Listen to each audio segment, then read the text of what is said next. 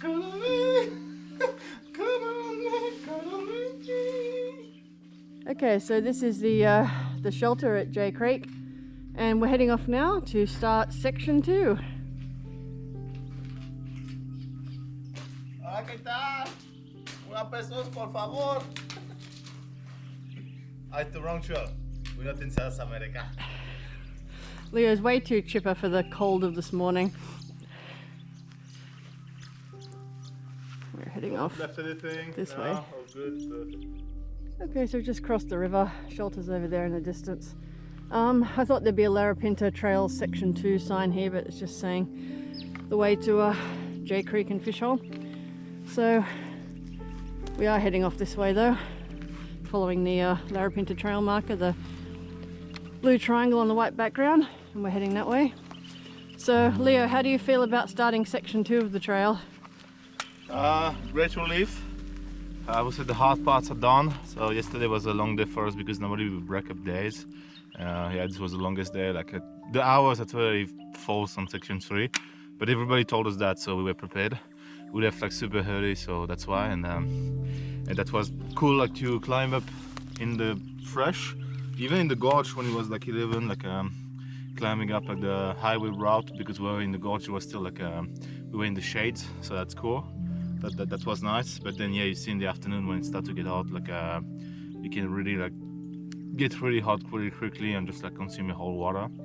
Yeah, for now, the last 2 sections are going to be a relief. It's just a nice walk. We split them up, so it's going to be flat most of the way, so that'll be all right. Just a bit long. Maybe tomorrow with a 16k to do, and today maybe 10, but we'll see if we push a bit more. Yeah, I'm happy because it's just you can just enjoy it now, finishing the trail. All the hard bits are over. Yeah, it's like now it's just that you'll finish it, so it's gonna have a great relief.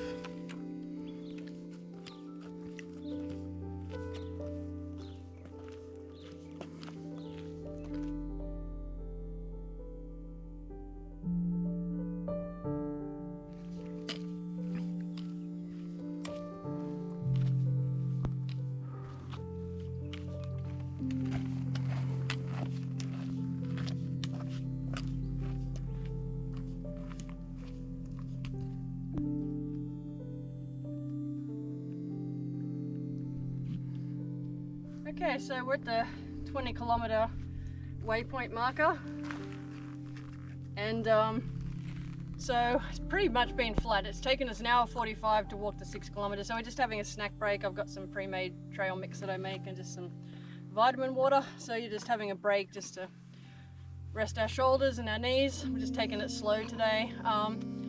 Yeah, so we don't have, I think we only got 5 kilometers until we get to camp, 5 or 6 kilometers before we get to camp. So yeah, we might press on past Mulga, because Mulga, there is a campsite 3 or 4 kilometers past Mulga, heading towards Alice Springs, because apparently Mulga, there's been outbreaks of gastro and there's lots of flies, so it might not be the nicest place. So we might just have a lunch there or something, get some water and carry on a few kilometers down the road, and that'll make tomorrow easier and the days more even between the 2 for section 2.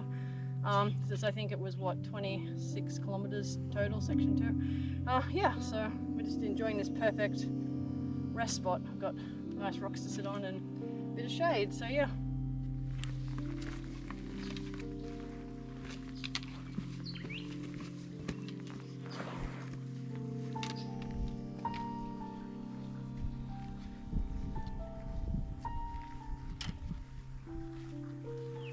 The 19-kilometer marker is just up there.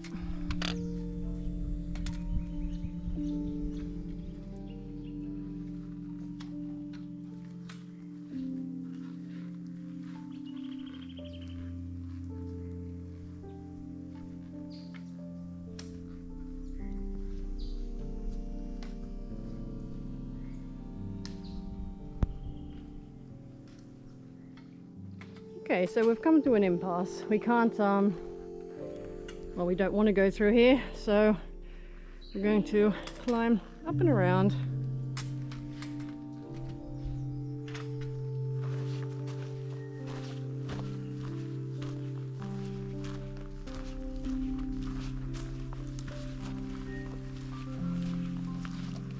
Okay, so we're at Spring Gap.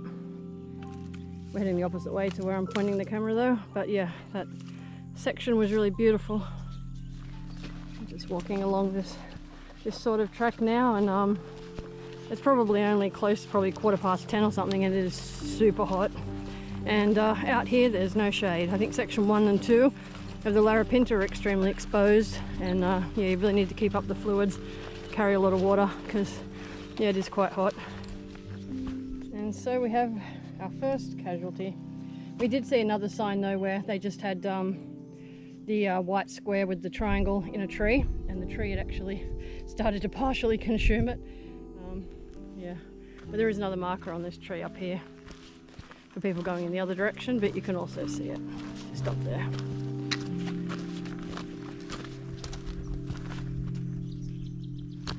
Okay, so we just passed the 17-kilometre marker.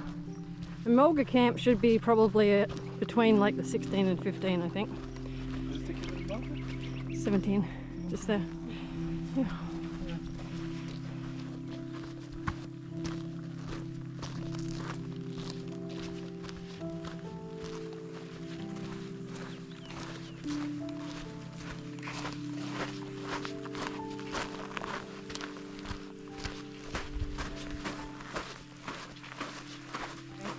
Okay, so we've reached Mulga Camp, just 130 meters down that way. It's only like 11 o'clock.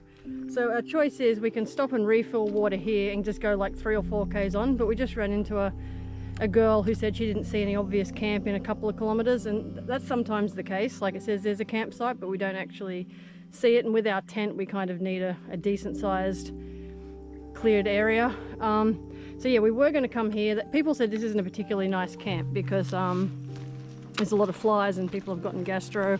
There's not much shade, but I'm not really sure if it's worth. We're gonna have to carry a lot of water for like the rest of today, tonight, tomorrow to get the 16 k's to Simpson's Gap. So I'm not sure if it's really worthwhile doing that for the sake of a couple of kilometers. Here we have a water tank, there's toilets, there's probably going to be a picnic table or two. But yeah, that's pretty limited because it's like a halfway campsite, so there's no nice shelter. But yeah, we are here quite early, but whether or not it's worthwhile carrying on for the sake of a few kilometers, I don't know. We'll see what the camp looks like when we get here. So this is the campsite. You have a water tank there. Not sure what that barrel is. And there's the toilet. Whether or not it's stocked with toilet paper is another matter. This actually isn't that bad. There's picnic tables. One there. And one here. Yeah, there's shade around. This campsite's better than that one where we camped on top of the hill. Where was that? Where we met the scouts.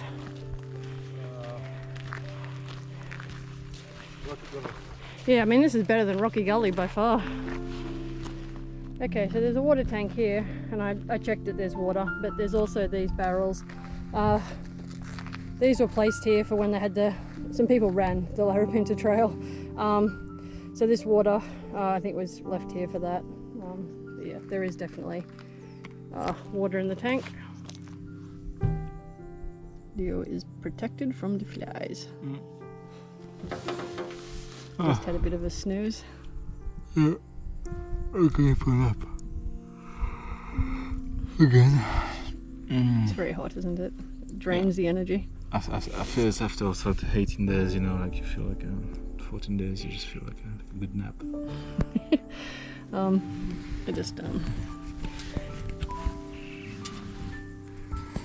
It was funny because yesterday when we got to the campsite, you could tell that so yesterday at Jay Creek you had people coming off section 3, so they'd climbed, they'd come out from Standley Chasm, and then you had people doing all of section 2 in one hit from Simpson's Gap. And so when we arrived at the shelter, they were like, you could tell that it was a long, hard, hot day because like everybody just had their shoes off and were like laying in the shade of the shelter having a sleep. And that's the first time that sort of happened. People are generally more chipper and talkative, but everyone was just, you know, we had a bit of a chat and then everyone's just laying there and having a nap. So we decided to stay here. we could go further on, and the campsite sounds really nice. It's on a riverbed though, and we're not sure if that riverbed's dry or not. A lot of the rivers have water in them from when we had that 40 mils of rain 13 days ago or so. And so because of that, we're a bit concerned about the mosquitoes, because right now my legs are more mosquito bites than skin. And so, yeah, I mean, and then we would have to like carry, 6-7 litres of water each, the 3.7 kilometres to where the campsite is. And is it really worthwhile just to save that tomorrow? Here there is sheltered places, there's picnic tables. This is not the worst campsite that we've stayed at. There's not that many flies, I don't think. But yeah, I think there'd probably be, yeah. So we made the decision to stay here tonight. And then, yeah, we'll just head off to Simpsons Gap a bit earlier tomorrow, because we've got about 16 Ks, so about 5 or 6 more than we did today. Yeah. Okay, so this is our campsite tonight at Mulga Camp. It's actually quite nice here. It's not as bad as its reputation. And Leo and I are here cooking dinner tonight. So the jet boiler going, and we are trying. What are we trying tonight, Leo? We're trying these. These were left at these radix meals were left at the Standley Chasm, and so we swapped out some of our 2-minute noodles and tuna, and thought we'd take one of these and try them. So we'll see how they go. I think Leo will be very happy that I spent the time to dehydrate his meals after trying this. It's plant-based as well, so yeah, not gonna be much protein. Well, I guess there is gonna be protein, but I like meat in a meal. I completely effed up because I cut like the boil before I did the stuff, so there's not enough water. But I will still try the Radix smoky barbecue meal, plant-based, gluten-free, rich and smoky tomato-flavored, ready-to-eat meal with rice, quinoa, vegetables, herb spice, and extra virgin olive oil. That's the good quality oil in this, for sure. At 9%, it weighs 130 grams, so 4.7 oz. I think it's ounce. I don't know. Like, it's American measurements. Like, why do you keep imperial measurements in the US when even the British stopped it? I don't know. Even the Australians stopped it too. It looks like dog food.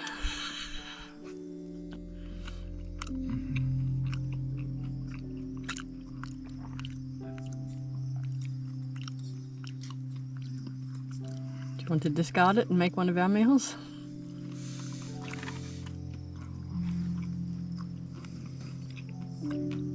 Yes, no? If you're hungry, yes. If you're not, take the cookie.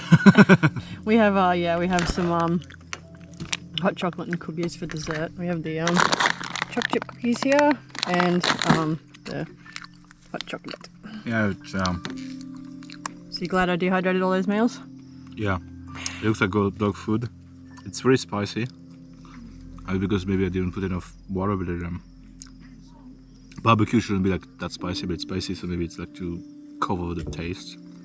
Unfortunately, you can see a lot of grains, So I feel like a mix of Nutri-Bar, kind of tomato paste with some spice to cover the taste. So it's okay. It's practical, but I understand why people are like faster than us on the track, because the meal are like a bit cheaty or something. Like, I need to go. So I have the peri peri chicken one. And I already licked a little bit off my spoon and it was quite hot, and I'm not one for spice. Mine looks a little less like dog food.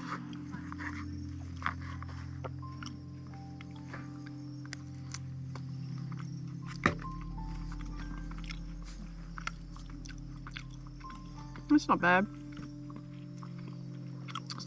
It's not too spicy. Like, I mean, it doesn't compare to our meals, but it's not bad. Like, I would have one of these every so often.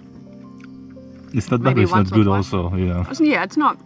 It's nutritive. It is what it is. You don't have to wash any dishes. It's 400 calories. Yeah, I mean, it doesn't taste too bad. It's fine. I think this is okay, but yeah, obviously doesn't compare to our dehydrated meals. Yep. Okay,